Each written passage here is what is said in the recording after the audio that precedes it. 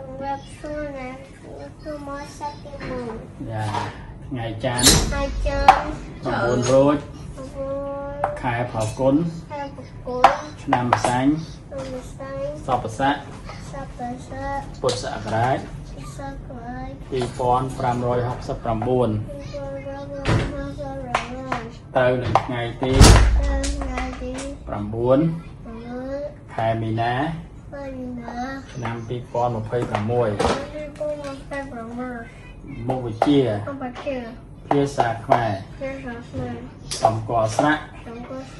ស្រៈអេអានទៅនេះ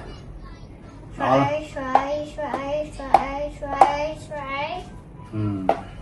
ស្វាយកស្រៈអេកេកស្រៈអេអេខស្រៈអេខេខស្រៈអេខេខស្រៈអេខេចស្រៈអេជេខចចអេជេចអេជេឆអេឆេឆអេឆេដអេដេដអេដេថអេថេថអេថេណអេណេណអេណេតអេតេតអេតេថអេថេថអេថេបអេបេបអេបេសអេសេសអេសេហអេហេអហេហេឡអេលេអលេដេអសអេអេអស្រអេអេ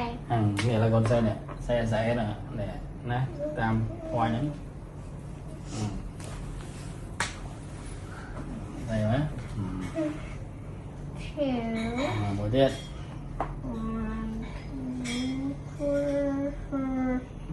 buổi tiết